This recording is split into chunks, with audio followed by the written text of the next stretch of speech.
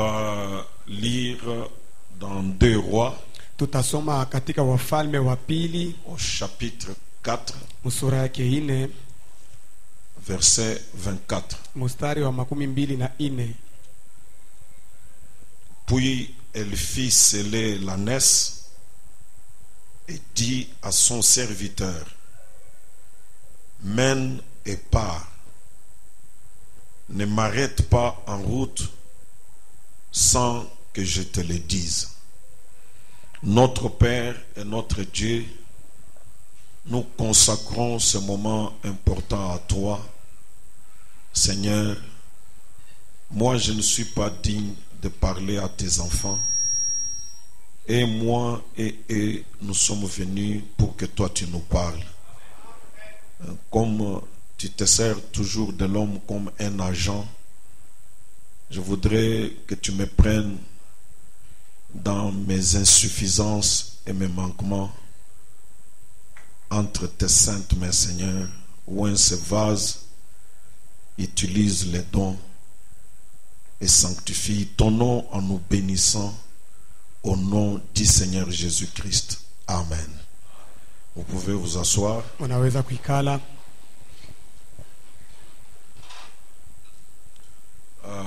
Si le Seigneur peut vraiment m'aider, Kama kweli Bwana anaweza kunisaidia, je me soumets à lui. na natii kwake.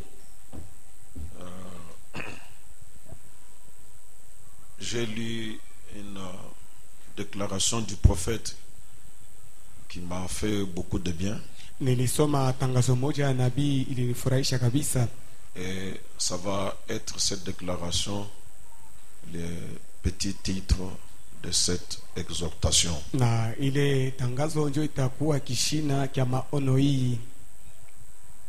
Dieu ne veut pas que je recule Mungu asipende nipate kurudi nyuma ou que je reste immobile, au nipate kubakia fazi moja bila kutenka, mais il veut que j'avance. lakini anapenda niendelee mbele. C'est ça notre petit message. Dieu ne veut pas que toi tu recules. Mungu asipende weye urudi nyuma, Il ne veut pas non plus que tu fasses du surplace. na asipende tena pia upate kubakia paka fazi moja, Mais Dieu veut que tu avances. lakini Mungu anapenda usonge Ce mbele. matin, au nom du Seigneur Jésus-Christ, nous devons avancer. Asubuhi ya leo mujina la Bwana Yesu Kristo tunapaswa kusonga Que mbele. Dieu écarte les obstacles sur notre chemin. Mungu atoshe vizuizo njiani mwetu. Comme il est le Dieu de sa parole, si nous nous attendons à lui, il va nous l'accorder. Sawa vile yeye ni Mungu wa neno lake, kama tunajachilia kwake atatupatia ile. Nous sommes en train d'exploiter le principe de l'humilité Tuko naona makanuni ya unyenyekevu dans l'étude que nous avons. katika majifunzo yenyewe tuko nayo, Nous avons vu que la manière de faire de Dieu, na tuliona kama namna ya kufanya ya Mungu, lui qui est tout grand, yeye mwenye kuwa mkubwa zaidi, il s'humilie, eko nedishusha, il se fait petit, anadifanya mdogo, il commence par les bas eko naanzia chini et il remonte jusqu'à ce qu'il est censé être. na kisha eko napanda kufika na pale anapasha kuwa. Nous avons établi ce principe Tuliweka ile kanuni que Dieu commence toujours par les bas. ya kama kila mara Mungu anaanziaka chini. Nous avons pris ce que le prophète nous a expliqué à la création. Tuliona ile nabii alituonesha kupitia uumbaji. On a dit la forme la moins évoluée qui existe, c'est la grenouille. Ndugu Branham anasema umbo ya chini kabisa yenye kuwa kunichula, Et la forme la plus évoluée, c'est l'être humain. na umbo ya yulu kabisa ni binadamu. Mais Dieu le créateur Lakini Mungu muumbaji n'avait pas commencé par la forme la plus évoluée. asikuanzia yake na umbo ya juu kabisa, Il avait commencé par les bas yeye alianziaka chini et il est allé en montant jusqu'à la forme la plus évoluée. C'est sa manière de faire les choses. na yeye alienda mkupanda kufika na kuumbo ya juu kabisa. Ndio namna yake Mungu kufanya vitu. Et le frère Branham nous disait, c'est la manière dont Dieu a fait le monde. Na ndugu Branham anatambia kama njoo namna ambayo Mungu alifanya dunia. Si vous le remarquez, Kama mnaitazama, c'est venu comme par évolution. ilikuwa utona saa iko nenda na kuendelea mbele. Comme si il apprenait plus tout le temps. Utona saa Mungu alikuwa iko naendelea na kujifunza kila wakati. Faisant quelque chose de plus en plus grand. Mwenye kufanya kitu kimoja zaidi Comme si zaidi Dieu kikubwa. apprenait. Utona saa Mungu alikuwa iko najifunza. Il a commencé par les bas. Alianzia hapo chini, Il est allé comme évoluant alienda utona saa iko napanda jusqu'à la perfection. kufika na kukamilifu. En d'autres termes, Mnamna ingine, si vous venez aujourd'hui pendant qu'il crée ou Wakati- qu'il créait kama mnakuta leo wakati ile alikuwa naumba et que vous le trouvez qu'il est en train de faire son chat, na mnamkuta iko nafanya mpusi wake, quand vous revenez demain, wakati mnarudi kesho ça ne va plus être le chat, haitakuwa tena mpusi, peut-être ça va être le chien ou le mouton. saa zingine itakuwa ni imbwa au kondoo. Et si vous revenez le troisième jour, Kama mnarudia siku ya tatu, il va encore évoluer, peut-être ça sera une vache. ataendelea kuombele, saa zingine itakuwa ni ngombe. C'est sa manière de faire les choses. Ndio namna yake ya kufanya Plus vitu. le temps avance, Zaidi wakati iko na chofa kumbele, plus il va vers les formes les plus évoluées. zaidi iko naenda kumaumbo yenye kuwa ya juu, En commençant par les bas, kuanzia chini, mais pour finir par la perfection. lakini juu ya kumaliza kwa ukamilifu. C'est ainsi que nous avions profité de la citation du prophète. Na ni hivi tulipata faida ya tamko ya nabii. Ayant compris le principe de Dieu, Benye kuelewa makanuni ya Mungu, nous avons vu Frère Branham priant pour le passage de 1962 à 1963. tulimwona ndugu Branham mwenye kuomba kutoka kumwaka 62 kufika ku 63. Il disait au Seigneur Alikuwa anamwambia Bwana que bien des pensées s'éteignent dans nos cœurs alors que finit l'année 62. mawazo ya mingi izimike mioyoni mwetu wakati mwaka 62 kunamalizika. Mais maintenant pour cette nouvelle année, Sasa juu ya hii mwaka mpya, accorde-nous d'être un échelon un peu plus haut sur l'échelle. utupatie tupate kwako kipandio kenye kwako kia juu kidogo yule Et mwangazi. nous avons compris que pour nous, Église, Na tulielewa kama juu ya sisi kanisa, ce que Dieu a fait avec nous en l'an 2020, c'est bien. vile Mungu alifanya nasi mu mwaka 2020 iko mzuri, Mais nous prions que dans cette nouvelle année, lakini tunaomba muhimu mwaka mpya il nous amène à un échelon plus haut sur l'échelle. atupatie kwa kipandio kia juu pa mungazi. C'est son principe. Ndio kanuni yake Mungu, C'est sa manière de faire les choses. ndio namna yake ya kufanya vitu. Si vous regardez au travers du ministère de Frère Branham, Kama mnaangalia kupitia huduma ya Branham en 62, mu 62, c'était comme si il disparaissait. ilikuwa utona saa iko napotea. Il a parlé de l'état présent de mon ministère. Alisema juu ya wakati ya sasa ya huduma Et yangu. quand on est passé en 1963, Wakati tulipita mu mwaka 1963, les mêmes gens qui disaient que Branham était fini, bale bantu moja moja walikuwa nasema Branham kuna muisha, ils ont commencé à dire il prétend être quelque chose. na Parce que des phénomènes plus mystérieux s'étaient passés au travers de son ministère. akaanza kusema, anaanza kujiwazima anakuwa mtu wa kabaila juu mabintu vya kisiri kabisa vilikuwa natendeka Et katika huduma cela yake. est notre prière. Na ile ni maombi yetu, Que Dieu nous transporte Mungu atuchukue du niveau où nous étions ile hatua tulikuwa à un niveau beaucoup plus élevé. tupeleka kwa hatua ya juu kabisa. Et je crois que c'est le désir de notre cœur. Naamini ya kama ndio kutoka kwa mioyo zetu, C'est ce que nous avons vu dans la journée de Nouvel An. ndio ile tuliona mwile siku ya mwaka mpya. Et Frère Branham dit dans le message pareil à l'église qui éveille sa couvée du 14 juillet 57 au point 78, Frère Branham dit Ndugu Branham anasema l'église du Dieu vivant kanisa ya Mungu mzima ne peut pas rester tranquille. haiwezi kubaki kimya. Ses ambitions, Binye mapa yake c'est de monter plus haut, plus loin. ni kupanda juu kabisa na mbali kabisa. Les ambitions de l'église du Dieu vivant, Kutaka kwa kanisa ya Mungu mzima c'est de monter plus haut, plus loin. ni kupanda juu kabisa, mbali kabisa. Et je vais calquer cela sur Élie et Élisée. nataweka ile yule mfano ya Elia na Elisha. Nous savons que Frère Branham nous enseigne Tunajua kama ndugu Rama anatufundisha que Élie était le type de Christ. Elia alikuwa mfano wa Kristo. Si vous êtes d'accord, vous dites Amen. Kama mnaitika mnasema amina. Et que Élisée était le type de l'église. Na Elisha alikuwa mfano wa kanisa. Dans 1er Roi au chapitre 19, Katika Wafalme wa kwanza msura wake 19, au verset 19, nous lisons. mstari wake wa 19 tunasoma, Élie partit de là Elia akaondoka pale et il trouva Élisée. na akamupata Elisha.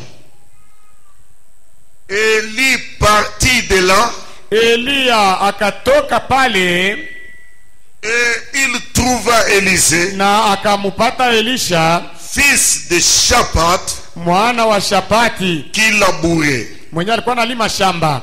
Il y avait devant lui 12 paires de bœufs. Mbele yake kulikuwa mankondoo 24, Et il était avec la 12e. na yeye alikuwa na bale bawili bakumwisho. Imaginez combien de gens existaient en Israël, combien de gens étaient sur la terre, combien de gens Élie avait vu tout au long de son parcours. Oneni ni bantu ngapi walikuwa duniani, bangapi walikuwa Muisraeli, na ni bangapi aliona katika safari yake. Mais on dit simplement il trouva Élisée. Lakini banasema tu asema akamupata Elisha.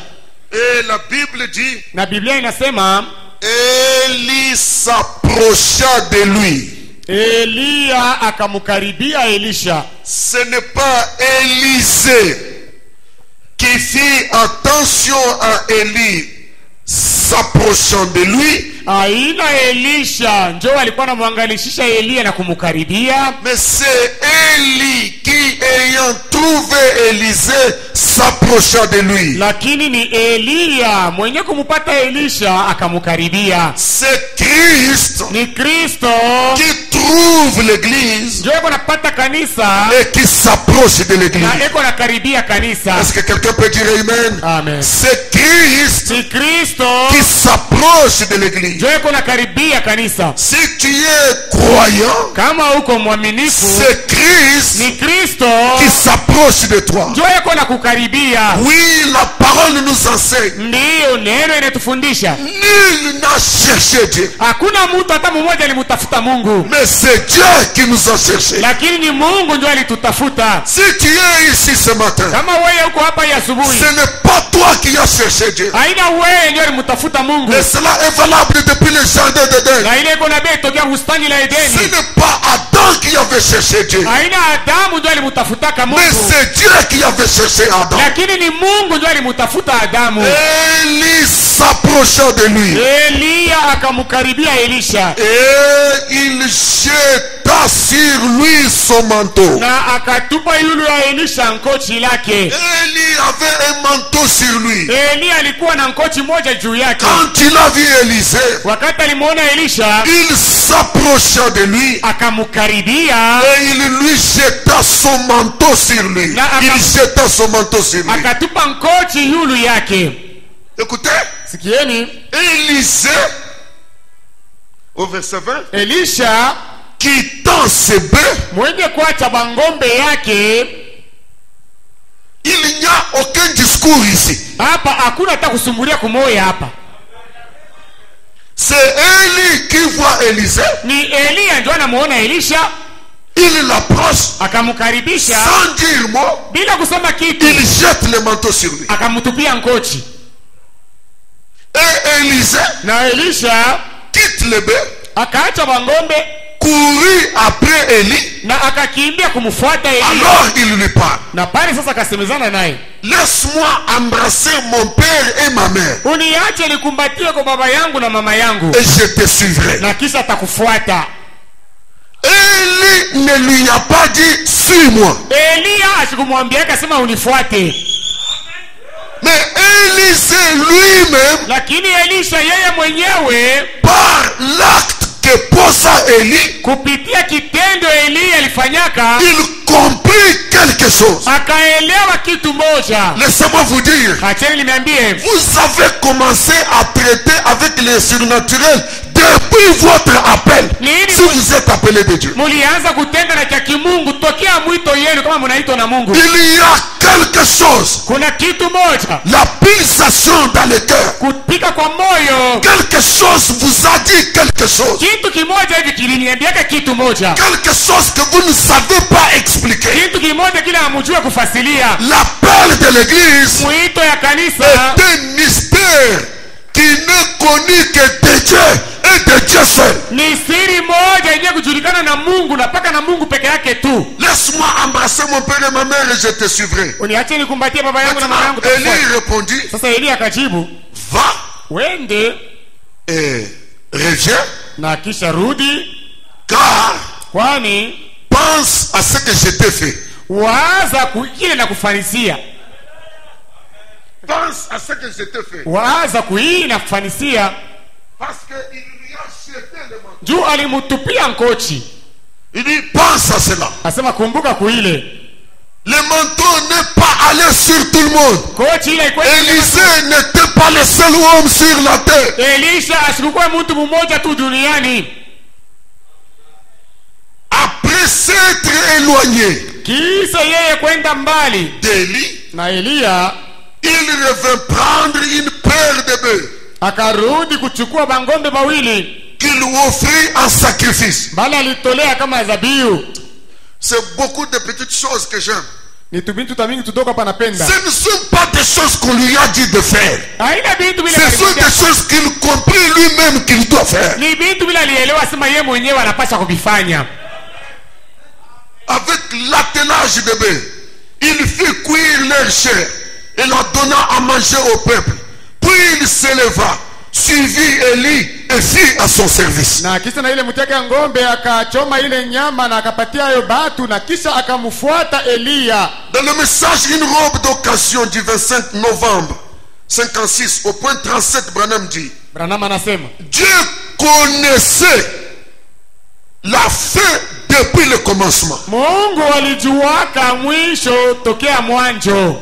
Il savait Dieu qui il allait choisir. Mungu alijuaka ni nani ule alipasha kuchakula. Il savait Alijuaka qu'Élisée ya kama Elisha allait prendre la place d'Élie avant même que le monde fût formé. alipashaka kubeba fazi ya Eliya mbele ya dunia kufaniziwa. Tout doit marcher parfaitement bien. Vyote vinapasha kutembea kwa ukamilifu mzuri. C'est Dieu qui appelle. Ni Mungu ndio anaitaka. C'est Dieu qui choisit. Ni Mungu ndio anachakulaka. C'est Dieu qui élit. Ni Mungu ndio anakalaka na C'est Dieu qui met les choses en ordre. Mungu ndio anapangaka bintu mzuri. C'est Dieu lui-même qui fait cela. Ni Mungu yeye mwenyewe anafanya vile. Sisi Nous ne pouvons pas rendre un cheveu noir ou blanc. hatuwezi kufanya nywele ikuwe mweupe au mweusi. Nous ne pouvons pas rendre un cheveu noir ou blanc. Hatuwezi kufanya nywele iwe mweupe au mweusi. Nous ne pouvons pas non plus rien ajouter à notre taille par nos inquiétudes. Na hatuwezi tena kuongeza kwa hata kitu kuburefu yetu kupitia mahangaiko yetu. Nous n'avons pas la capacité de rendre un cheveu noir ou blanc. Hatuna na uwezo wa kufanya nywele iwe mweupe au mweusi. Même ceux qui mettent des produits, Hata wale wanagalabe wanapenda. vous ne changez rien. Haubadilishe kitu. Celui qui fait des cheveux noirs, Ule anafanya nywele iwe mweupe. c'est Dieu. Ni Mungu. Celui qui fait des cheveux blancs, Mwenye kufanya nywele mweupe c'est Dieu. ni Mungu. C'est Dieu qui place ces choses. Ni Mungu ndio anapanga vile Frère vitu. Branham dit, Branham anasema même nos inquiétudes hata mahangaiko ne yetu changent rien à notre taille. haigeuzeke kitu Je kuburefu te dis yetu. ce matin, Nakwambia ya asubuhi même tes soucis hata mauzuni ne yako modifient pas ta taille. haitakibadilisha Tu burefu. gardes la taille que tu as. Huko nachunga vile burefu. Frère Branham nous enseigne, Branham atufundisha même notre taille hata burefu n'est yetu pas un hasard. haiko kwa bahati. Notre teint Rangi n'est pas un hasard. haina bahati. Notre marche Kutembea n'est kwetu pas un haina hasard. bahati. La position que tu occupes Kazi ile n'est pas un hasard. Haiko bahati. Le fait que tu es venu ce matin Vile umekuja n'est leo. pas un hasard. Haiko bahati. Là où tu es, Pale huko. il y a quelqu'un, Eko mtu. un être suprême Mtu wa juu qui kabisa. conduit les pas des justes. Mwenye kuongoza C'est mambo celui yote. qui t'a amené ici. Yeye ndiye alikuleta. Et aussi, Tena. parce qu'il t'a amené, Bila alikuleta. sache que Jua. dès avant la fondation du monde, Mbele ya misingi ya dunia. il te voyait faire quelque chose. Alikuonaka kufanya kitu moja. Et ce que Dieu a vu Na bila Mungu aliona. s'accomplira. Vitamizika. Il n'y a rien qui peut arrêter le plan de Dieu. Kile kinaweza kusimamisha mapa ya Mungu. Élisée Elisha. n'a pas cherché Élie, Asikumutafutake mais Elisha. c'est Élie Lakini ni qui Elisha. s'est approché d'Élisée. Ndio alimkaribia Elisha. C'est Dieu Ni Mungu. qui te connaissait Ndio alikujua. avant la fondation du monde. Mbele ya misingi. C'est Dieu Ni Mungu. qui t'a choisi. Ndio alikuchakula. Même si tes parents, Hata kama bazazi yako ils sont des fétichistes. boli wa madawa, Mais avant la fondation du monde, lakini mbele ya misingi ya dunia Dieu t'a vu toi Mungu alikuonaka weye accepter Christ. unamwichika Kristo. Dieu t'a vu toi Mungu alikuonaka weye prendre place kubeba fazi dans l'église de Christ. katika kanisa ya Kristo. Dieu t'a vu toi Mungu alikuonaka weye faire la continuité kufanya maendeleo du travail de Christ. ya kazi ya Kristo. Parce que je vous dis ce matin, Tunaniambia ya asubuhi, la mission de Christ sur la terre aujourd'hui n'est plus assurée par Christ lui-même, c'est devenu la mission de l'église. kazi ya Kristo kwa dunia leo haina Kristo anaifanya mwenyewe, inakuwa ni Je ne sais pas si vous êtes prêts à recevoir quelque chose. sijui kama mnakuwa tayari kupokea kitu moja. Dieu a créé en Genèse 1. Mungu aliumbaka katika Mwanzo sura ya Mais kwanza, Branham dit, lakini Branham anasema la mission de la création aujourd'hui kazi ya uumbaji leo relève de l'église. ni kanisa ndio inapasa kuifanya. Amen. La mission de la création aujourd'hui relève de l'église. Ce que Dieu a fait, il a légué cela à son église. Aujourd'hui, ne lui demandez pas à lui de créer, parce que c'est à vous qu'il donne la mission de créer. Leo hii mshumuloke Mungu apate kuumba, kwani ni kwenu anapatia kazi ya kuumba. C'est pour cela que dans cette génération, Ndio kwa maana katika kizazi hiki au-dessus de tous les secrets qui existaient déjà, yule il y a eu une création, non pas faite par Christ lui-même directement, mais en passant par un membre de l'église. kulikuwa kuumba leo kwa mpanda, hapana Kristo yeye mwenyewe, lakini mkupitia kwa memba moja wa kanisa, Et cela est une prédestination. na ile ni kutangulia kujulikana na Mungu. Ne te considère pas comme un homme simple, un laboureur de champs. Du moment que le choix de Dieu est tombé sur toi, tu as une mission divine à remplir ici sur la terre. Hapana kujiona mtu wa bure wa kulima mashamba bure, vile Mungu alikuchakula, una kazi ya Mungu ya kutimiza tu. Élisée Elisha ne te considère pas un laboureur. hapana kujiona mlimaji, Tu as une mission surnaturelle. uko na kazi moja ya juu ya kiasili. Laisse-moi te dire, Acha tu nikwambie, n'es pas une personne ordinaire. hauna mtu kawaida, hapana. Élisée, Elisha tu n'es pas comme tous les hommes. hauna sawa bantu bote. Si tu étais comme tous les hommes, Kama wewe ulikuwa sawa bantu bote, Élie ne se serait pas arrêté. Elia asikupashake kushimama. Élie n'aurait pas jeté son manteau. Elia asikupashake kutupa nkochi yake. J'aime même que les sœurs le réalisent. Na napenda hata badada baone Vous n'êtes pas comme tout le monde. mweye hamuna sawa bantu bote. Parce que le choix de Dieu Juu uchakuzi ya est Mungu tombé sur vous. ulianguka juu yenu. Ce que tu peux faire, Ile unaweza c'est de kufanya comprendre ni kuelewa que si pas aujourd'hui, kama haina leo même demain, hata kesho, la mission de Élie, kazi ya Elia c'est moi qui vais la continuer. ni mie ndio nitaiendelesha. Alléluia. Amen. Amen.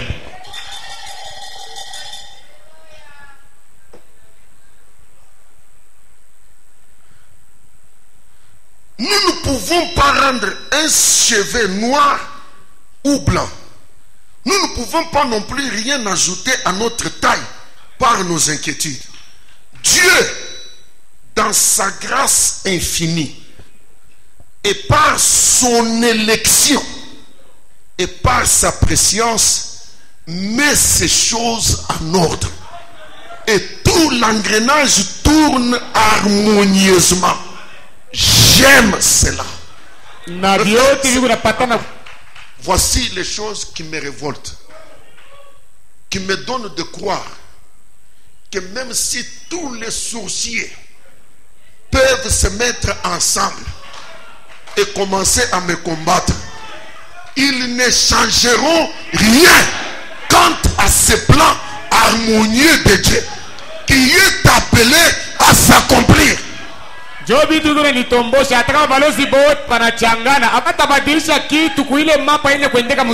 tous les magiciens se rassemblaient, ils n'auront jamais une force égalable à celle de Dieu. C'est lui qui a prédestiné ces choses. C'est le souverain, c'est le Dieu suprême. Et ce que Dieu fait, personne ne peut faire échouer cela.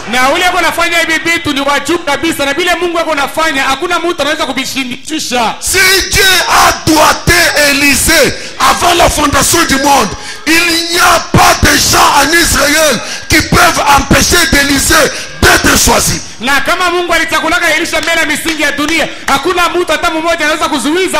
me permettre de te dire, le fait que tu as reconnu Dieu aujourd'hui doit te faire comprendre que tu es un vainqueur de tous les démons de la ville de Lubumbashi, de tous les démons de la RDC, de tous les démons du monde entier. Le choix de Dieu, personne ne peut le faire échouer.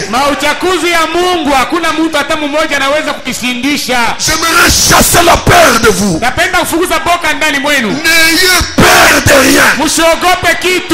De la même manière que vous n'avez pas cherché Dieu, lorsque vous voyez une situation difficile, regardez au ciel, dites à Dieu, c'est toi qui m'as amené ici, c'est toi qui m'as placé ici, c'est toi qui m'as appelé. Je ne connais pas autre chose que ton appel. Amen. Oh Jésus, c'est toi que je connais. Alors, vous comprenez, si vous êtes avec moi, vous comprenez qu'on ne se greffe pas. Non, dans ces choses ici, on ne se greffe pas. Ces choses sont prédestinées. Ce n'est pas un hasard. Je répète, il n'y a pas de hasard. C'est préconnu de Dieu avant la fondation du monde. C'est ainsi que le frère Branham peut faire des déclarations. C'est difficile de dire cette chose au milieu de pécheurs. Mais c'est vrai l'homme qui dit ça. Vous ne devenez pas chrétien au hasard. Nasema iko nguvu kusema hivi bintu katikati ya watenda zambi, lakini hauwezi kuwa hautakuwa Mkristo kwa bahati. C'est le choix de Dieu. Ni uchaguzi wa Mungu. Je vous pose la question. Mimi naniuliza. Quand est-ce qu'Abraham a cherché Dieu? Ni wakati gani Abraham alimtafutaka Mungu? Le père de la foi. Baba wa imani. Il était assis au milieu de ses frères, dans sa famille, au milieu des païens. Il entendit la voix du Créateur. Abraham, va-t'en de ton pays. Dieu a appelé Abraham par son nom. Il le connaissait. Même quand il vivait à Shinéar là, Dieu le connaissait. Vous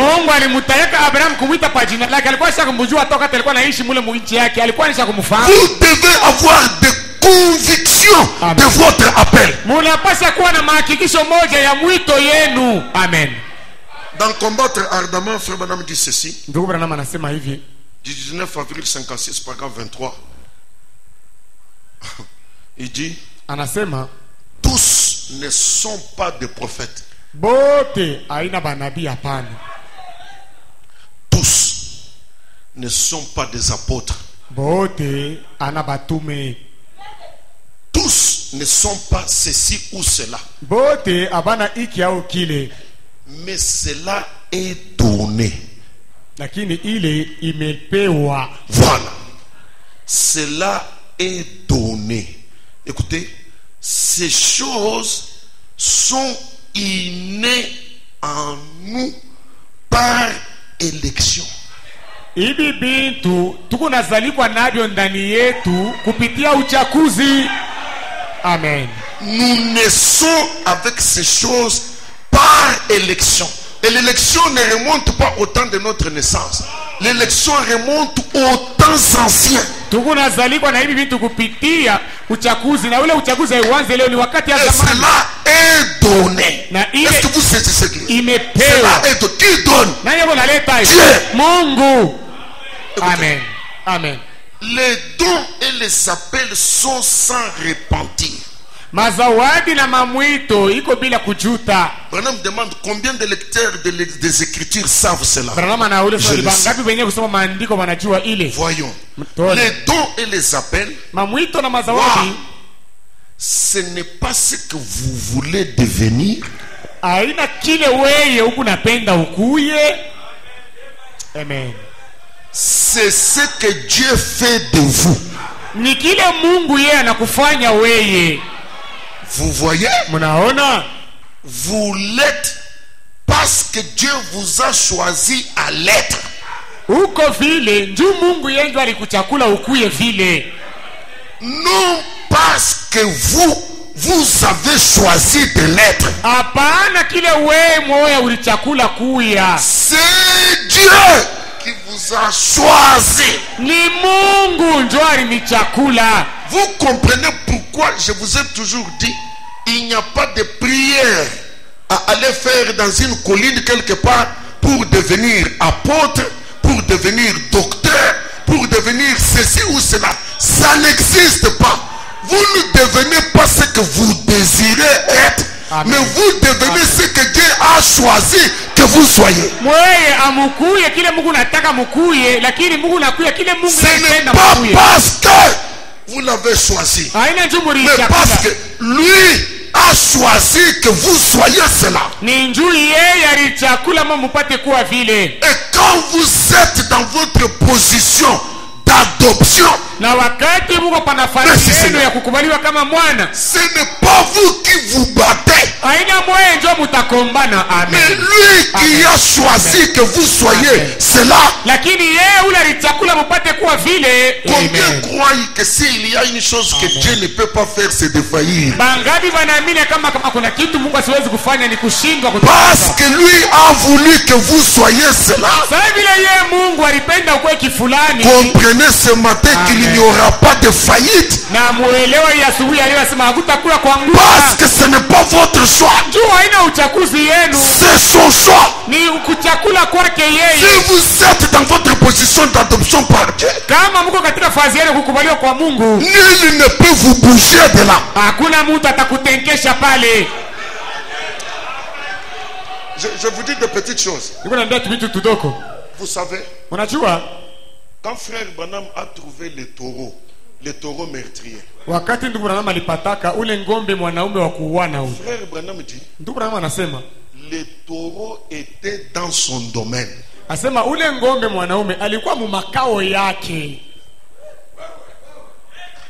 Allez relire et faites attention.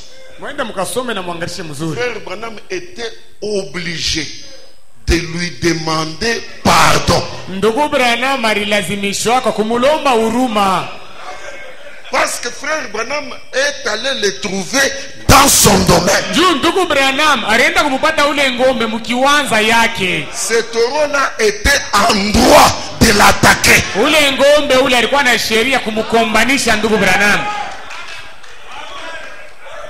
Le taureau était en droit de l'attaquer. Le taureau n'est pas sorti de son domaine pour aller agresser Branham. C'est Branham qui a violé le domaine. Branham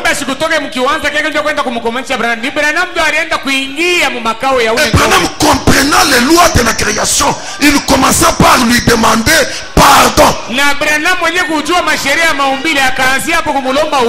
quand il lui a demandé pardon, huruma. Parce qu'il n'y a pas plus fort que le pardon. Juu hakuna ya nguvu kabisa kushindia huruma. Le taureau Ng'ombe a dû céder akaacha parce que quelqu'un a reconnu son tort. juu mtu moya anaitikia nkosa yake. Alors le taureau a dû céder. Ng'ombe akaacha fazi Il s'est agenouillé. na akatonga magoti. Il a reconnu que tel qu'il parle ici, c'est comme ça que le Créateur fait. Anaitikia sema hivi yako nasema hivyo kwa vile muumbaji anafanyaka. Oh, je ne sais pas si je brise le tympan de quelqu'un. Sijui kama mimi navunja masikio ya mtu. Quand tu es dans ton domaine, Wakati ile ton domaine, c'est ton lieu d'adoption.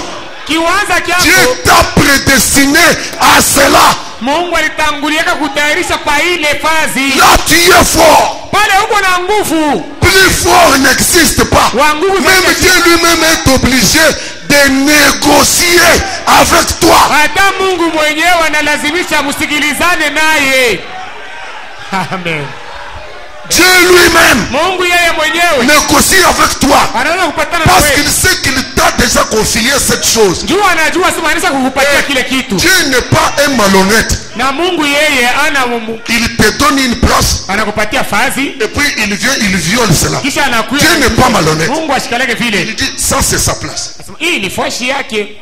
Satan, Shetani, ça c'est la place hii ni fashi de Jean-Pierre. ya Jean-Pierre. Et toi Na wewe et moi, na mimi nous respectons sa place. tuichikie tuheshimie fashi yake. Amen. Est-ce que je ne sais pas si vous êtes des croyants. Sijue kama Mungu mwaminifu. Je ne sais pas si vous êtes des croyants. Dieu, Mungu il donne une adoption à Adam. akamupatia kukubaliwa Adamu. Il lui donne l'autorité. Akamupatia mamlaka. Adam joue avec l'autorité. Adamu anacheza na ile mamlaka. Adam vend l'autorité. Adamu anauzisha mamlaka yake. Il donne à Satan. Akampatia huyo shetani. Ce n'était pas pour Satan. Haikukuwa ya shetani. Frère Branham dit, Ndugu Branham anasema les mains sales mikono ya buchafu ya shetani ne pouvaient pas toucher cela. haikuwezi kugusa ile. Dieu respecte ses adoptions. Mungu anaheshimiaka Les mains sales du diable, na mikono ya buchafu ya shetani je vous parle, non? Ne pouvaient pas haikuwezi toucher à cela. kugusa kuile. Dieu qui Mungu. avait donné. Dieu qui avait Ule donné. Mungu aliletaka ule. Quand il voit Adam remettant à celui qui n'est pas propriétaire, Wakati alimwona ya Dieu récupère. Mungu anabeba hayo tena. Mais aussi, Na tena il ne les récupère pas pour lui. ashibebe tena juu yake. Il dit, je garde Asemina chunga pour les retourner à son propriétaire prédestiné. juu ya kuirudisha kwa mwenyewe wenye Ce kutangulia qui est à toi yenye kuwa yako est à toi. ni yako. Ce que Dieu t'a donné, Mungu alikupatia il t'a donné. Yesu kukupa. Et le diable Shetani et Dieu na Mungu respecte cela. ataheshimia ile. Est-ce que quelqu'un peut dire Amen? Amen. Est-ce que quelqu'un peut dire Amen? Amen. Est-ce qu'on peut applaudir pour notre adoption? Personne n'a le droit. Hakuna mtu hata mmoja yuko na ile haki. C'est la raison pour laquelle Ndio sababu je ambayo ne crois pas siamini qu'il y ait un don qui vient de Dieu ya kama kuku zawadi ya kutokea kwa Mungu que le diable peut prendre comme prison, en ile prison. shetani anaweza kuiweka mgereza. Ça n'existe pas. Abikarakeko Le travail du diable, kazi ya shetani c'est d'emprisonner les gens. ni kufunga batu. Mais je vous ai dit ici, Lakini niliambia kapa le diable shetani a saisi Samson. alimubambaka Il Samsoni l'a mis en prison. akamweka gerezani. Mais il n'a pas su emprisonner l'origine du don. Lakini alishindwa kufungia mwanzo ya zawadi Les hormones ile mahormone qui faisaient pousser la chevelure. ile ilianza kuotesha nywele. Satan n'a jamais mis la main dessus. Shetani ashawekaka mkono yule ya ile. Il a pris Samson comme un homme ordinaire. Alimubeba Samsoni sawa mtu Il le met en prison. akamweka gerezani. Mais oubliant qu'il n'a pas touché au don. Lakini mwenye kusaba kama shikuguse Et kuzawadi pendant qu'il est entre ses mains, na mwile wakati waka katikati ya mikono yake une nouvelle chevelure pousse. nywele mpya ikaota, Une nouvelle onction pousse. upako mpya ikaota Étant entre ses mains. mwenye kwa mikono yake. Alors il fait plus de dégâts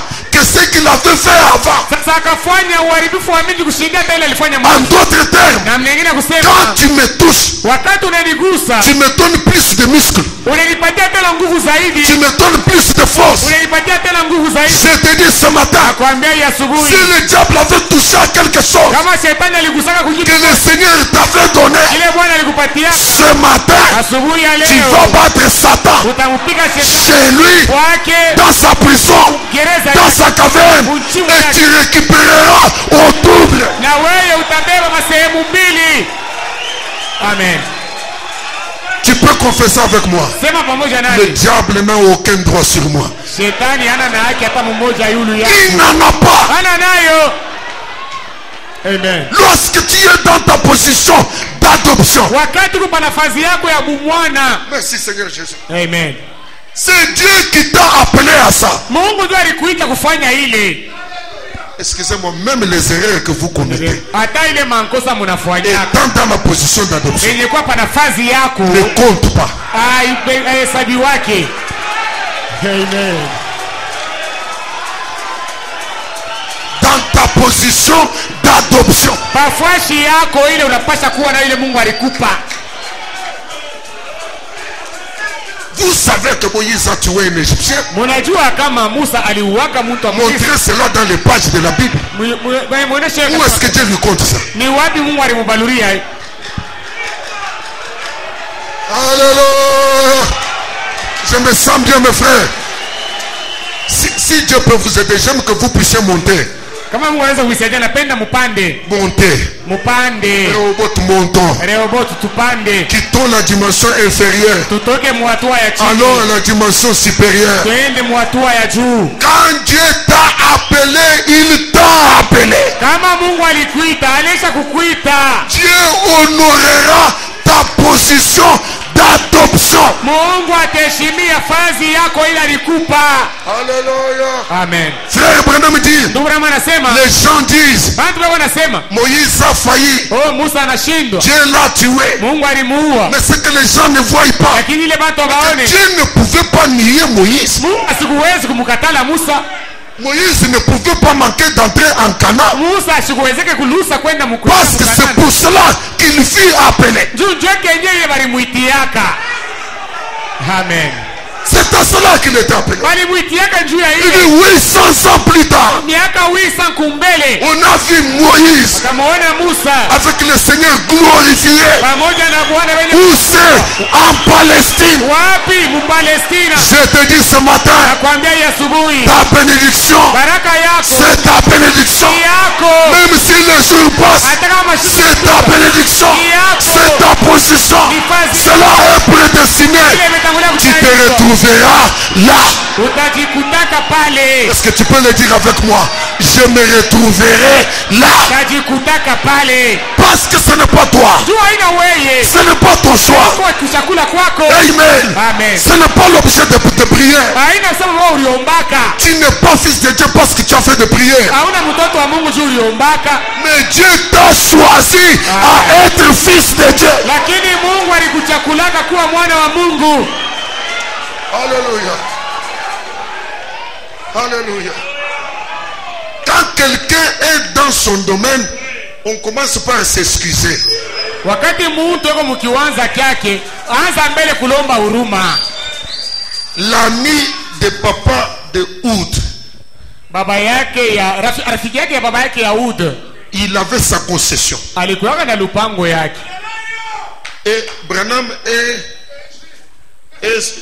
frère Oud, il voulait chasser. Branham na ndugu Ud balipendeka Il kuwinda. n'avait pas le droit Hapakuwa na de venir entrer dans la concession Ya kuingia et de mle- commencer à chasser. Banaanza mara moja kuwinda, hapana. Mais ils ont dû demander l'autorisation Lakini balilombaka ruhusa à un païen. kwa mpagano.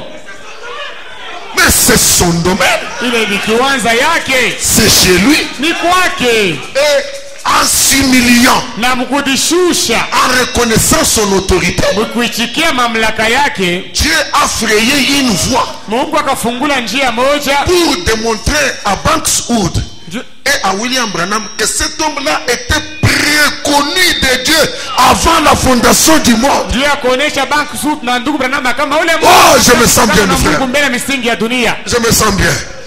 Jean, personne ne peut me ravir ce que Dieu m'a donné.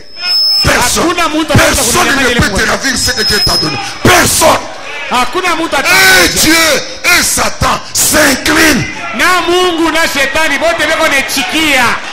Celui-ci est mon fils bien-aimé, Huyu ni mwana wangu mpendwa, en qui je prends plaisir d'habiter. ndani yake nafurahiwa kuikala. Que les Israélites soient contents, Baisraeli qu'ils soient mécontents. wakatane. Mais celui-ci est mon fils bien-aimé. Huyu ni mwana wangu mpendwa. Même quand ils l'ont amené à la croix, Hata wakati walimpeleka Dieu msalabani, a produit des événements tels que tous se sont inclinés pour reconnaître.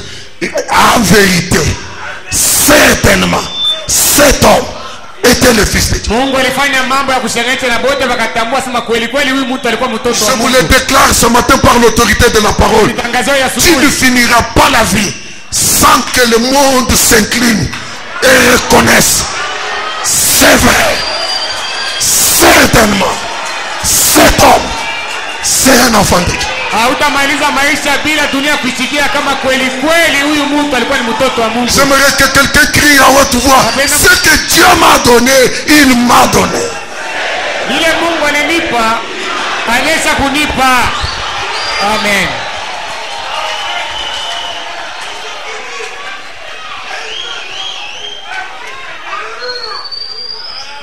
Alléluia. Alléluia. Amen. Alléluia.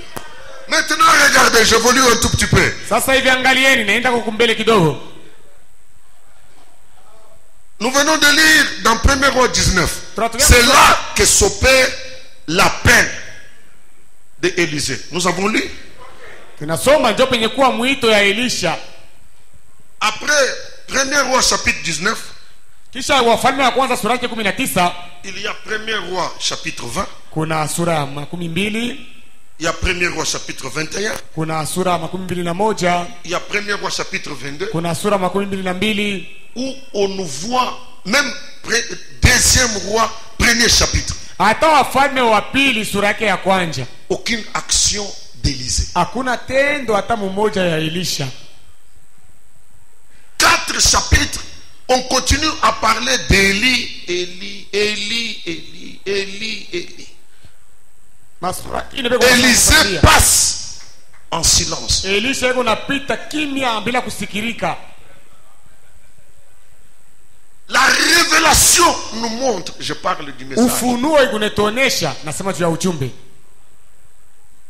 que regardez, le premier acte qui fut posé par Élie était de jeter les manteaux sur Élisée. Frère, madame dit, Élie regardait la taille d'Élisée.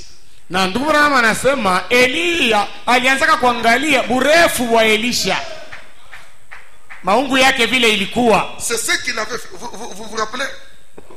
Je crois que je parle aux gens du message. Nadhani anasema na watu wa ujumbe. Frère Branham est devant un Mexicain aveugle, pauvre. Ndugu Branham yuko mbele ya Mexicain mmoja, Il est venu pour la prière. akakuja juu ya maombi. Amen. Vous voyez, frère Branham met son pied. Mnaona ndugu Branham anaweka mbele mkulu yake, Et quelqu'un sans discernement, il dit, oh, mais il veut faire quoi? na mtu bila kupambanuza anasema yeye anatafuta afani. On va derrière lui. Kisha ndugu Branham anaenda nyuma yake, Il regarde si sa veste peut le convenir. anaangalia kama nkochi yake inaweza kumwenea ule. Un prophète connaît ce qu'il fait. Nabii anajua vile iko nafanya. Alors frère Branham dit, ce que Élie avait fait, Anasema vile Elia alifanyaka c'était de mesurer la taille d'Élisée ilikuwa pour ni voir si le manteau allait le convenir.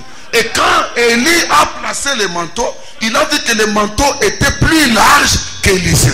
aliona kama nkochi yake ilikuwa munene kushindia Elisha, Et quand il a vu que Élisée était de petite taille, na wakati aliona kama Elisha alikuwa mdogo, mais sachant en lui-même que le manteau là lui était destiné, lakini mwenye kujua ndani yake ya kusema ile nkochi ilikuwa ni yake Elisha, Élie n'a pas cherché quelqu'un d'autre. Elia asikutafutake mtu mwingine, Il est entré dans la vertu patience. akaingia katika ile nguvu ya uvumilivu. Il savait Alijuaka que parce que Élisée ce manteau lui est destiné. sawa vile Elisha iko ni yake, C'est aujourd'hui qu'il est petit. ni leo ndio yuko mdogo, Demain kesho ou après-demain, au kesho yake il grossira. atanenepa, Il atteindra atafikia la stature kipimo du manteau. cha ile nkochi. Dieu Mungu commence toujours par les bas. anaanziaka mpaka chini. C'est Amen. peut-être une soif de prière seulement, Saa zingine ni kiu tu ya mais il maombi, sait à quoi tu es prédestiné. lakini anajua umetayarishiwa kunini. C'est vous qui êtes pressés, Wenje munalulumaka, mais Dieu est tranquille. lakini Mungu ni mwenye kutulia. Il sait que Anajua ya kama un jour ici devant, siku moja huku kumbele Élisée changera, Elisha atabadilika, Élisée grossira. Elisha atanenepa. Je parle aux gens qui sont morts. C'était mon message de vendredi. Kwa ujumbe yangu ya mkazi tano, Toi qui parais faible, wewe ulikuwa unaonekana mdhaifu, toi qui n'as que le zèle d'aller à l'église, wewe uko na bidii ya kwenda tu kukanisa, cherches d'autres aspects, tu ne les vois pas. unatafuta mangambo mengine uione. Le fait que tu as croisé ce message, Vile tu ulipatana na hii ujumbe, William Branham a signé. William Branham alitia saini. Ce message Hii ujumbe arrivera itafikaka entre les mains mumikono des élus. ya bateule. Ça veut dire, Maana yake ni kusema tu es wewe uko un élu. mteule, Élu, yeye mwanamke une élue. ni mteule, Nous sommes tuko des élus. bateule. Et les élus sont prédestinés à quelque chose. Même si présentement, Amen. on ne voit pas cela. Amen. Mais la potentialité est année. Hata kama hapa sasa tuione, lakini kila kitu kiko cha kutangulia ndani mwako. C'est ici que je brise les légalistes Na ni hapa navunja wenye kuheshimia masheria, qui ravissent toutes les chances bali ndio au devenir des enfants de Dieu. ndio nakatala kuacha makuima mabati kwa wale watakuwa watoto wa Mungu. Même s'il patauge, Hata kama wao wanatetemeka mbele kutu, mais la robe lui est destinée. lakini ile nkanjo ni yake. Même si ça peut prendre une année, Hata kama itabeba mwaka moja, même si ça peut prendre 2 ans, hata kama itabeba miaka mbili, même si ça peut prendre 3 ans, hata kama itabeba miaka tatu, Dieu Mungu ne va pas changer son cadeau. asitabadilisha zawadi yake. Dieu ne va pas changer de destination. Mungu asitabadilisha kule konaenda. Dieu ne va pas changer sa bénédiction. Mungu asitabadilisha baraka yake. Courage ce matin. Wana hodari asubuhi, Courage mon frère. wana hodari ndugu, Courage ma soeur. wana hodari dada. Cette petite étincelle Kale kamoto kadoko que kale, tu sens dans ton cœur, kale konashikia muroho yako, un jour, siku moja ça deviendra grand. itanenepaka, Un jour, siku ça moja deviendra une grande lumière. itakuwa nuru mkubwa. Au nom de Jésus-Christ, Jina la Yesu Kristo, tu passeras utatoka d'Agar kwa Agar à Marie, kwenda kwa Maria, de la femme incrédule mwanamke wa kutokuamini à la croyante. kwa kuamini. Les gens se demanderont, Watu wataanza kujiuliza, est-ce lui yeye ou c'est quelqu'un d'autre? au ni mtu mwingine? Le pasteur se demandera, Bora atajiuliza, est-ce lui yeye ou c'est quelqu'un au d'autre? ni mtu mwingine? Je te dis ce matin, Kwambia tu asubuhi es prédestiné à une vie plus élevée. kumaisha. Élisée, tu grossiras. Elisha utanenepaka, Ce n'est pas la robe qui diminuera, haina nkanjo njo itakonda, mais c'est Élisée qui grossira. lakini ni Elisha njo atanenepa. Croissez Munenepe spirituellement, kiroho, matériellement, katika mali, physiquement, mwili, financièrement. katika fedha. Croissez, Mukomeye, croissez munenepe, d'un rameau toka kutawi moja à un cèdre. ikuwe muchi munene. Je sais Najua que vous allez y parvenir. kama mutafikia Ce n'est kule, pas par ton effort, haina kwa nguvu yako, ce n'est pas par tes calculs, haina kupitia mahesabu mais yako, c'est une prédestination. lakini ni kutangulia kutayarishwa na Mungu. Oui, mes frères, Ndiyo bandugu, Branham n'a pas commencé par le troisième poule. Branham sikuanziaka na mvuto wa tatu. Petit poisson deviendra grand, Samaki kidogo atanenepa pourvu que Dieu lui prête vie. kama Mungu anampatia uzima, Mais vous vivez, lakini Mungu c'est naishi qu'il y a une ni chance, kusema kuna c'est bahati, qu'il y a une possibilité kuko bahati. que le Dieu de toute grâce Huyu Mungu wa neema yote prenne cette onction, abebe hii la upako, dépose sur vos âmes. uweke yule manafsi, Grossissez. mukomeye, Je munenepe. suis calme, Niye niko mwenye je sais, ninajua on y arrivera. ya kama mitafika, Je sais. najua. Marc nous y arriverons. tutafika.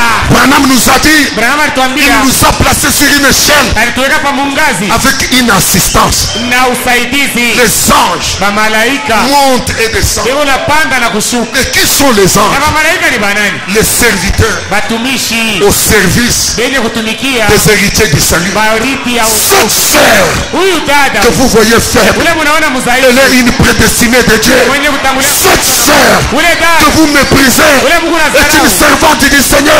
kazi wa Un jour, siku moja même les anges la pousseront. Elle atamsukuma sera une perle. atakuwa Elle nuru sera jolie. atakuwa Elle deviendra une valeur. atakuwa Je le crois de tout mon cœur. Le message a le pouvoir de transformation. iko na mamlaka ya mabadilisho. Amen. Élie a été patient 10 ans. Elia alivumiliaka miaka 10. Christ est patient. Kristo ni mvumilivu. Il sait. Anajua. Il sait. Anajua. Il sait. Anajua. Et quand il a vu un serviteur impatient Na wakati aliona mtumishi mmoja wa shovu mvumilivu du nom de William Branham, jina yake William Branham, il lui a dit, akamwambia Bill, Mabil, tu es pressé. wewe huku haraka. Ces hommes que tu vois, Ama bwana hapo unaona hapo. que tu appelles des Riki et des Riketa, Hapo kunaita sema bariki na bariketa. à la fin de toutes choses, Mwisho ya mambo yote ce sont mes enfants. ni watoto yangu. Ils sont dans la boue. Beko ndani. Je patiente. Niko navumilia. Je sais Mimi najua que tu y arriveras. ya kama utafika. Je sais. Mimi najua. Parce que Dieu ne fait pas de choses au hasard. Juu Mungu afanyake vitu kwa bahati. Amen. Je demande à Dieu Na namulomba Mungu de prendre une personne qui était faible toutes ces années jusqu'en 2020, ile mtu alikuwa msaifu kupinyaka yote kufika mu 2020.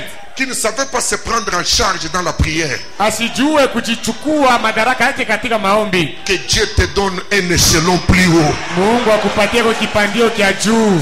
Que tu pries Upate kuomba de telle manière que tu deviennes comme la sœur Brass. mwanamna ya kusema unakuwa sawa dada Brass.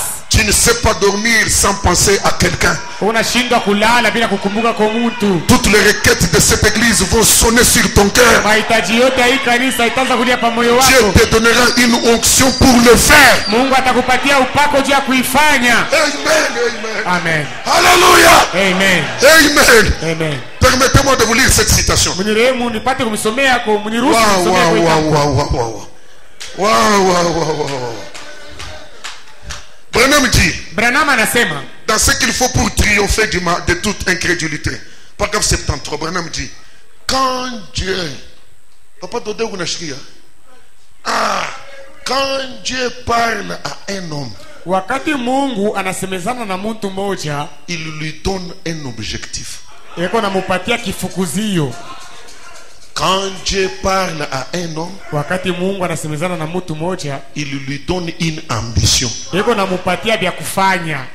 Quand Dieu parle à un homme, Wakati Mungu anasemezana na mtu, il lui donne la foi pour faire la chose, yeko namupatia imani njoo ya kufanya kitu, pour accomplir ou pour réaliser l'objectif de sa vie. C'est à quoi Dieu l'a appelé. juu ya kutimiza kifukuzio kia maisha yake kenye ile Mungu alimuitia. Quand Dieu parle à un homme, Wakati Mungu anasemezana na mtu, il lui donne un objectif. Le Dieu qui lui a parlé. ule Mungu mwenyewe alisemezana naye, yeko nampatia Quand kifukuzio. Dieu parle à un homme, Wakati Mungu anaongea na mtu, il lui donne une ambition. yeko namupatia vitu bila anapaswa kufanya. Et quand Dieu parle à un Na homme, wakati Mungu anasemezana na il lui mtu, donne la foi yeko namupatia imani pour croire cette chose, juu ya kuamini kile kitu, pour l'accomplissement de ce qui devrait s'accomplir dans sa vie. juu ya Dieu lui kutimiza. donne la foi là à lui. Mungu anampatia imani juu ya kutimizika kwa vitu vile vinapaswa kufanyika maisha yake. Écoutez, Sikieni, écoutez, sikieni. je voudrais commencer à descendre, mais je veux être piquant.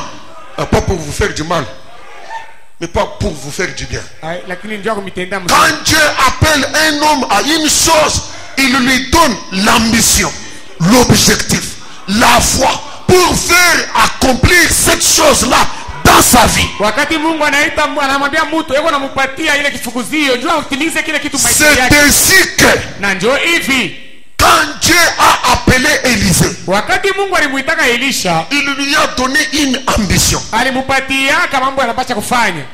Une ambition, un objectif. Kifukuzio Et moja. il lui a même donné la foi qu'il faut pour faire réaliser cet objectif-là dans sa vie. Na alimupatia C'est la raison pour laquelle, merci Seigneur, lorsque Élie dit à Élisée, wakati Elia alimwambia Elisha, nous sommes à Gibea ou à Gilgad, tuko reste Gilgal, ici. bakia hapa. Elisha avait une ambition. alikuwaka na kifukuzio moja, Il avait un objectif. alikuwaka na shabaha moja, Et il avait même la foi na alikuwa hata na imani pour faire accomplir cet objectif de Dieu dans sa vie. juu ya kutimizisha ile kifukuzio kia Mungu mu maisha yake. Il a regardé tout. Elia, Christ, Kristo, Dieu, Mungu. Élisée l'a regardé. Elisha alimwangalia, Ton âme est vivante. nafsi yako ni mzima, Je ne resterai pas ici. sitabakia hapa. Je ne sais pas si vous réalisez. Sijue kama mnaona, Il lui résiste. yeye akakangala mbele yake, Et puis Élie na kisha Elia ne se fâche pas. ashishirike. Élie lui dit, Elia akamwambia, tu sais, Dieu m'a appelé à aller à Jéricho. mnajua Mungu ananiita juu niende D'abord à Bethel. mbele ku Bethel. Toi reste ici. Je ne voudrais pas que tu affrontes les difficultés du chemin. Wewe bakia hapa, mimi sipende ushindane na magumu ya munjia. Élisée regarde Élie. Elisha akamwangalia Elia, Il dit, ça, akasema hii dis-le à quelqu'un d'autre. ambia yo mtu mwingine, Pas à moi. mimi hapana. Ce message-là Ile ujumbe ile ne passe pas. haitapita. Merci Seigneur Jésus. Amen. Dieu donne et l'ambition, et l'objectif, et la foi pour faire accomplir la chose à l'homme. Mungu anataka kifukuzio. Il y a des gens, même quand Dieu les bénit, on dirait qu'ils ne sont toujours pas satisfaits.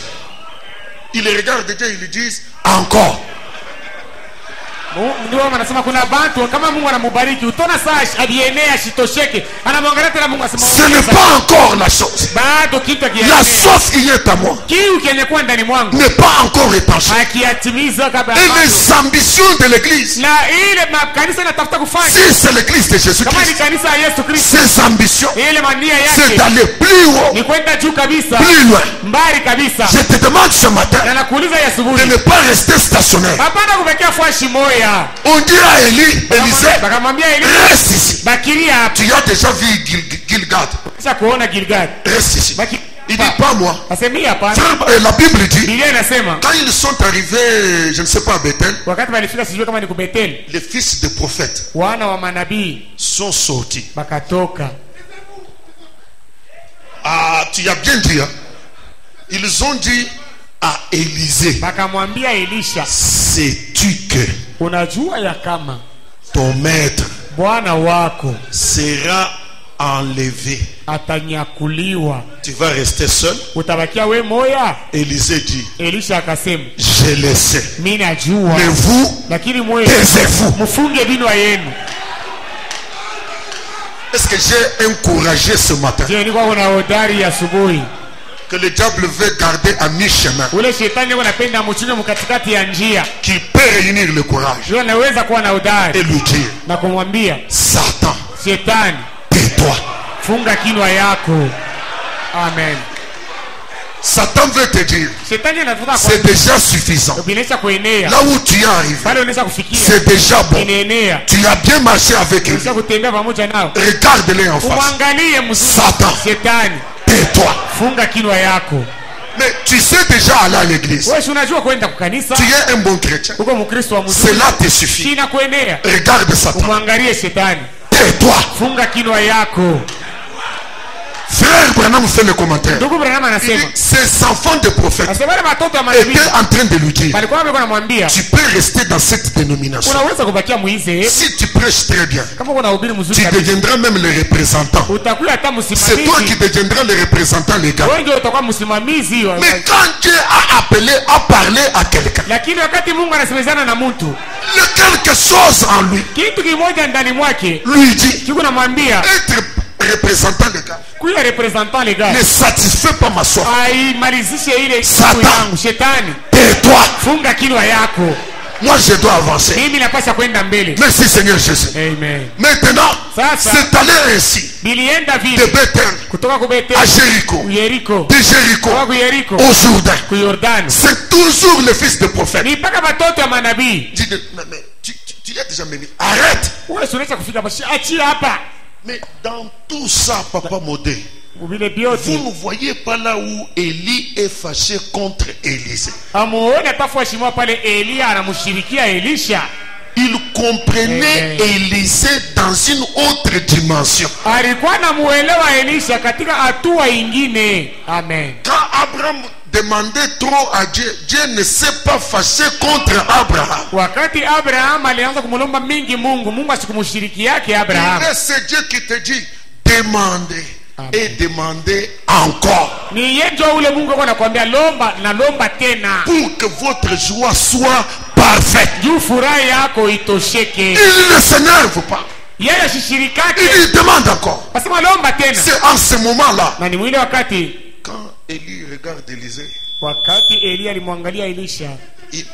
il se dit, Amen. Amen. non, l'onction du manteau, Na akasema hapana, upako ya nkochi depuis que le manteau touchait ce jeune homme, tangia nkochi iligusaka huyu kijana mwanaume. maintenant il regarde Élie, Sasa anamwangalia Elisha Elisha, plutôt. anamwangalia Elisha, il voit la largeur de ses épaules, anaona bunene ya mabeka yake. Sasa il Amen. est exactement Amen. comme moi. asema anakuwa kabisa kabisa saa mie L'heure est arrivée saa inaenea. Amen. de faire le transfert d'onction. Ya kufanya kupelekewa kwa upako.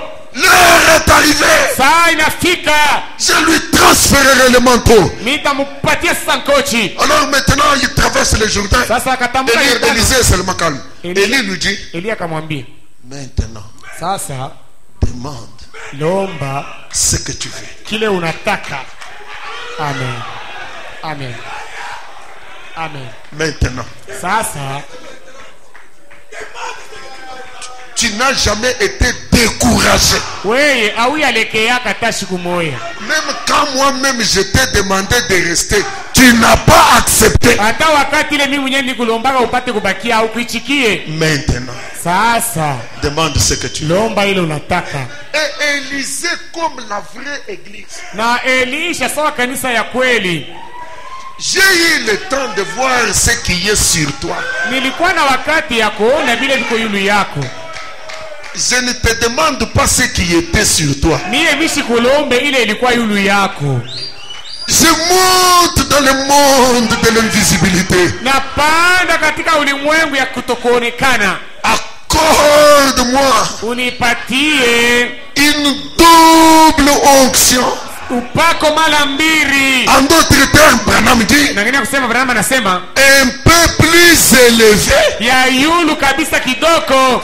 un peu plus haut Ya yulu uko que là où tu étais. shindia pale wewe ulikuwa. Branham dit, Branham et anasema la véritable église, na kanisa ya kweli ses ambitions, kwenye pileko nataka c'est d'aller un peu plus haut, ni kwenda kwa juu kabisa.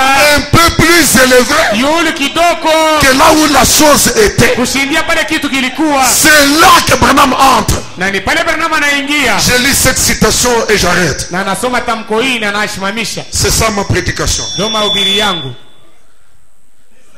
Est-ce que vous êtes prêts? Je, mko tayari? Est-ce que vous êtes prêts? Oui. Waouh, waouh, waouh.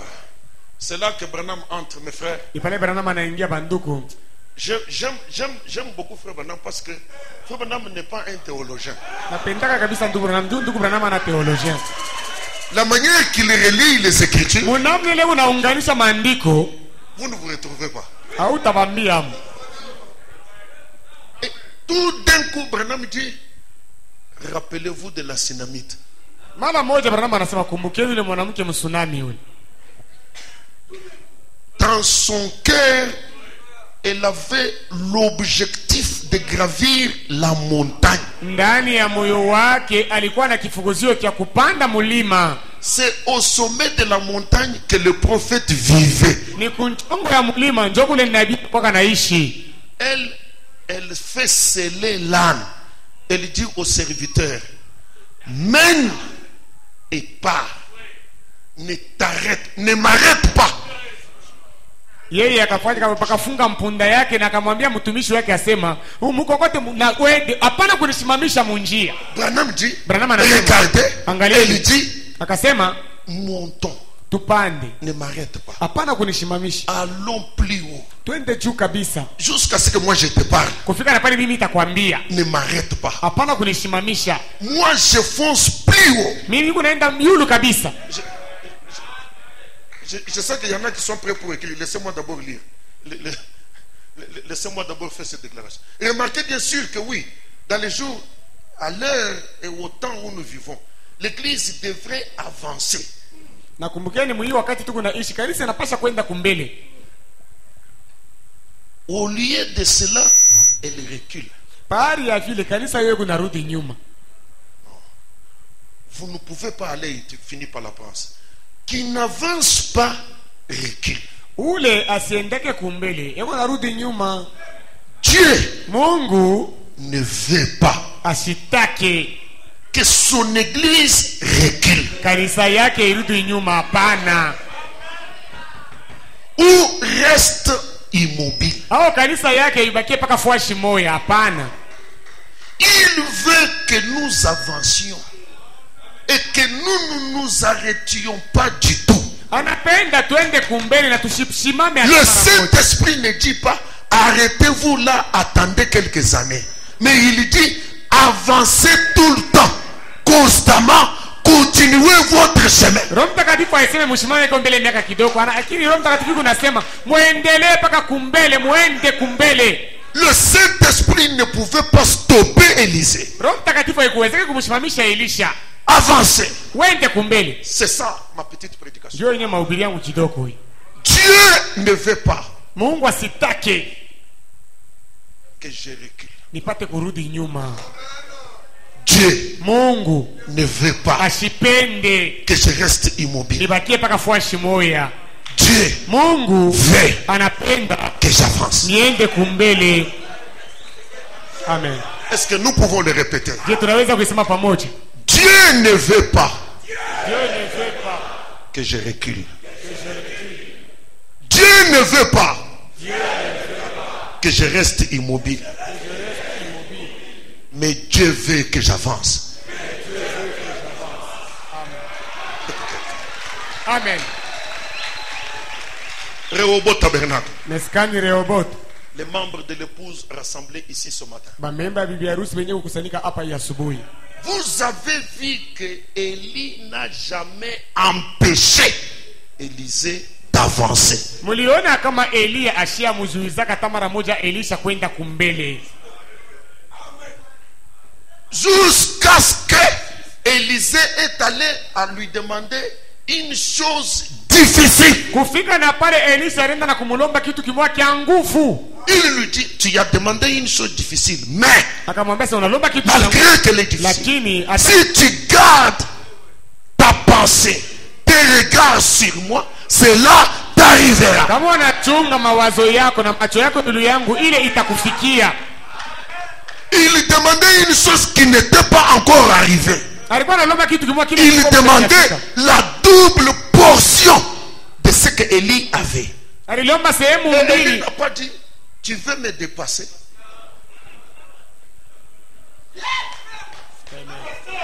Je ne sais pas si j'ai des croyants. Le succès que Christ a eu dans son propre ministère n'est pas comparable haiko yenye kulinganishwa au succès na kuweza qu'il a eu ici à Jeffersonville, kule alipata huku ku Jeffersonville dans les rues de Kentucky. katika mabarabara ya Kentucky. Le même Christ, Huyo Kristo moja moja dans son propre ministère, katika huduma yake mwenyewe il a ressuscité quelques morts. alifufulaka bafu kidogo, Mais ce qu'il a fait ici, lakini bila alifanya huku c'est le double. ni sehemu mbili, C'est plus que ce qu'il fit autrefois. ni kushindia ile alifanyaka ile En wakati. d'autres termes, Na mwingine kusema Dieu n'est pas jaloux Mungu hana na bwivu que son église kama kanisa yake avance. yende kumbele, Avance. yende kumbele, Avance. yende kumbele, Il ne nous demande pas de reculer. asitulombe turudi nyuma, Il ne nous demande même pas de rester immobile. asitulombe hata tusimame mpaka fashi moya, Mais il veut lakini anataka que nous puissions avancer. tupate kuendelea mbele. Je saisis cette onction, mes frères. Hivi nashika hii mpako banduku, Si le diable ne veut pas que tu avances, ce n'est pas un problème. kama shetani ya Parce que même s'il est fâché, il ne peut rien contre le plan de Dieu. ataka manesa kushirika ana na kila atafanya mbele ya mapa ya Mungu. Ce que nous avons été comme chrétiens en l'an 2020, Kile tulikuwa sawa ba Kristo mu mwaka 2020. Amen. je déclare, Natangaza c'est de l'histoire. ile ni mambo isha kupita hivi, C'est du passé. ile ni mambo ya zamani. Aujourd'hui, Leo Dieu veut Mungu anataka que tu avances. uende mbele, Ne recule pas. hapana kurudi nyuma, Ne reste pas immobile. hapana kubaki fazi moja, Avance. enda mbele. Demande même des choses qui ne sont jamais arrivées. Lomba hata vile vitu haviyafikaka, Même vous, dans vos travaux. hata mwa mu makazi yenu. Je vous dis que vous n'êtes qu'une petite souris sur les greniers de l'Égypte. Moyo Mungu tu Vous n'avez encore rien pris de Dieu. Branham dit, nous avons des ressources inexploitées. Amen, amen, amen, amen. Je m'insurge en tant qu'un berger à tous les obstacles qui ont freiné Amen. votre marche. Par l'onction de David, je voudrais récupérer ma brebis Amen. qui était entre les dents d'un ours, Amen. les dents d'un lion. L'autorité de Jésus-Christ, c'est l'autorité suprême. Là où tu étais, je ne sais pas quel capital tu avais. Je ne sais pas quel niveau de travail tu avais. À partir de maintenant, avancez. Amen. Ne reculez pas. Ne restez pas stationnaire. Usibakie fasi moya. Au nom de Jésus-Christ, Amen. l'autorité suprême, sur base de la parole de Dieu, le monde de l'infaillibilité. Parce que Dieu ne veut pas que tu recules. Moi non plus, je ne veux pas que tu recules. Et parce que Dieu ne veut pas que tu restes immobile, même si le diable n'est pas content, tu ne resteras pas immobile. Avancez. Wendeni kumbele. Au nom de Jésus-Christ, Jina la Yesu Kristo. avancez. Endeni mbele. Même vous, mes collaborateurs, Hatari wenye kutumika nani? même ceux qui travaillent dans le ministère, Hata wale wanatumika katika mahuduma. je brise Navunja toutes les forces infernales manguvu yote ya mgeena. qui font stagner un ministère, Yenye kufanya huduma ibaki mpaka fashi qui moja. immobilisent un ministère. Yenye kusimamisha fasi moja ya huduma. Je prie pour qu'il y ait une explosion, Na naomba kupate kwa kupasuka. que vous puissiez partir comme une fusée, Upate kuenda sawa fusée. de révélation en révélation, Umafunuo kwenda umafunuo. d'onction en onction, Upako kupako de ingine. bénédiction en bénédiction. Baraka kubaraka ingine. Alléluia. Amen. Amen. Pendant que je me sens bien, Amen. même les hommes qui étaient sans travail, Amen. ça c'est Amen. l'onction de l'histoire. Amen. Amen. Ça c'est du passé. Amen.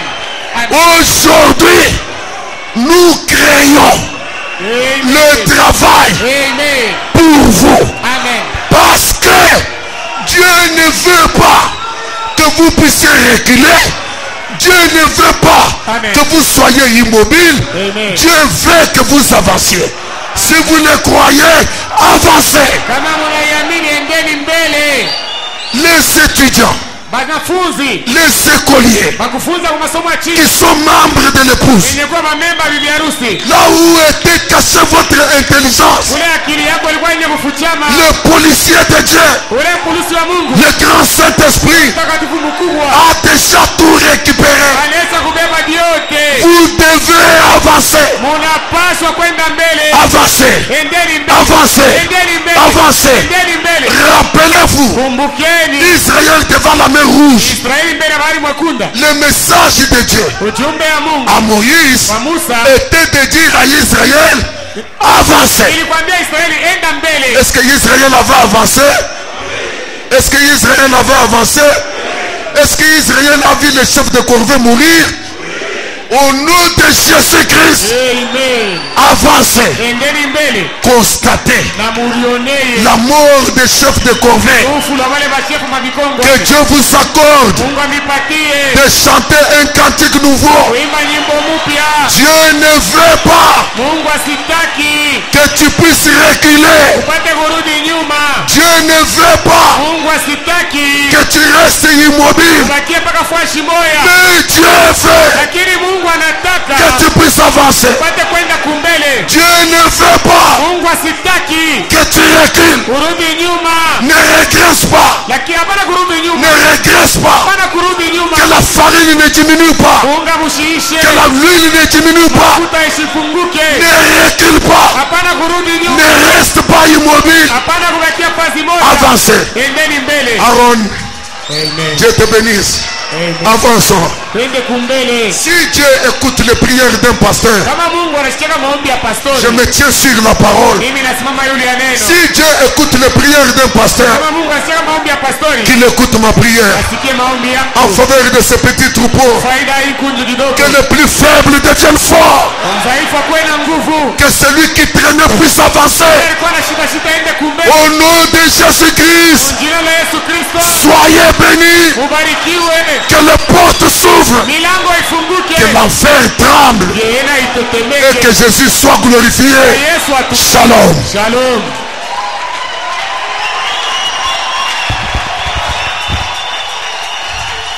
Mettons-nous debout. Tusimameni. Amen. Alléluia. Amen. Alléluia. Merci Seigneur Jésus. Lève-moi Seigneur, que je me Tiens. par la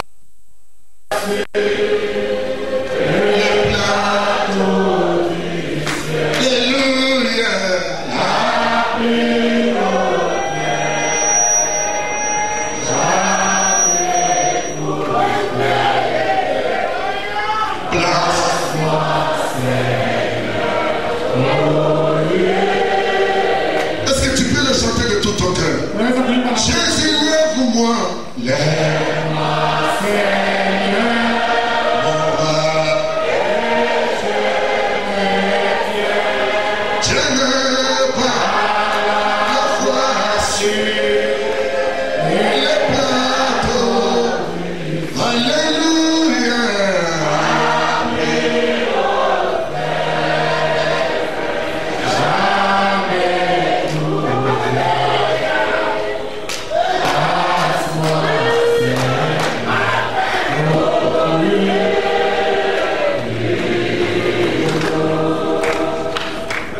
Confesse ceci après moi. Sema hii kisha mie kusema. Seigneur, tu ne veux pas que je recule. Tu ne veux pas que je reste immobile. Mais tu veux que j'avance. J'accepte d'avancer. Au nom de Jésus-Christ, donne-moi la grâce. Donne-moi la capacité d'avancer. Prions le Seigneur pendant un court moment.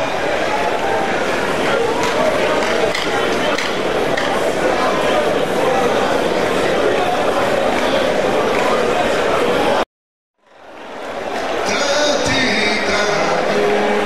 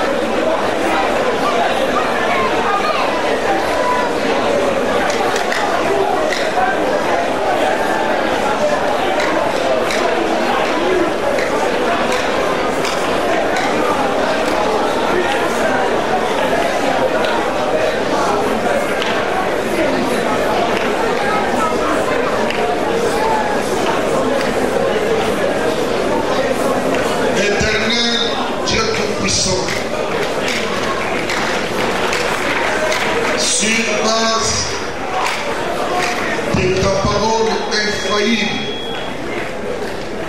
sortie de la bouche autorisée de Dieu. Cette parole qui vient de nous dire que toi, Dieu, tu ne veux pas que nous puissions reculer. Tu ne veux pas non plus que nous restions immobiles. Mais tu veux que nous avancions. Sur base de cette parole, la foi qui est en nous dit Amen à la parole de l'Éternel. Quelque chose en nous nous dit, nous sommes concernés. Nous ne devons pas reculer, nous ne devons pas rester immobiles, mais nous devons avancer. Ainsi, par notre foi, nous faisons taire toutes les voies de l'ennemi qui visait de nous faire stagner, nous faire reculer. Quel que soit le volume des esprits impies, au nom de Jésus-Christ, taisez-vous, taisez-vous, taisez-vous. Maintenant, que le Saint-Esprit se saisisse de chacun et le fasse avancer. Oui, Dieu, comme ton humble serviteur, un homme que tu as ramassé de la poussière, n'ayant pas de la valeur, Seigneur, mais tu m'as appelé par grâce.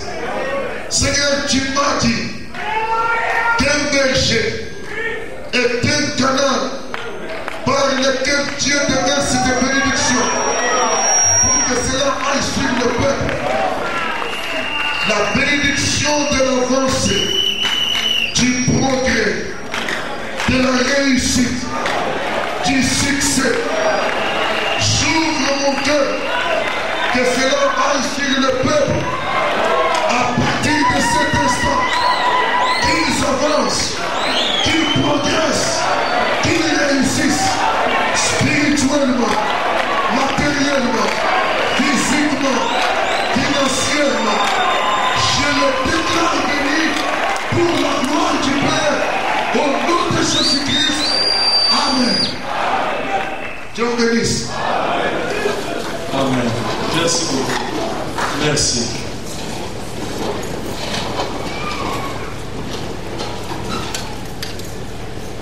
Voilà, je vais bénir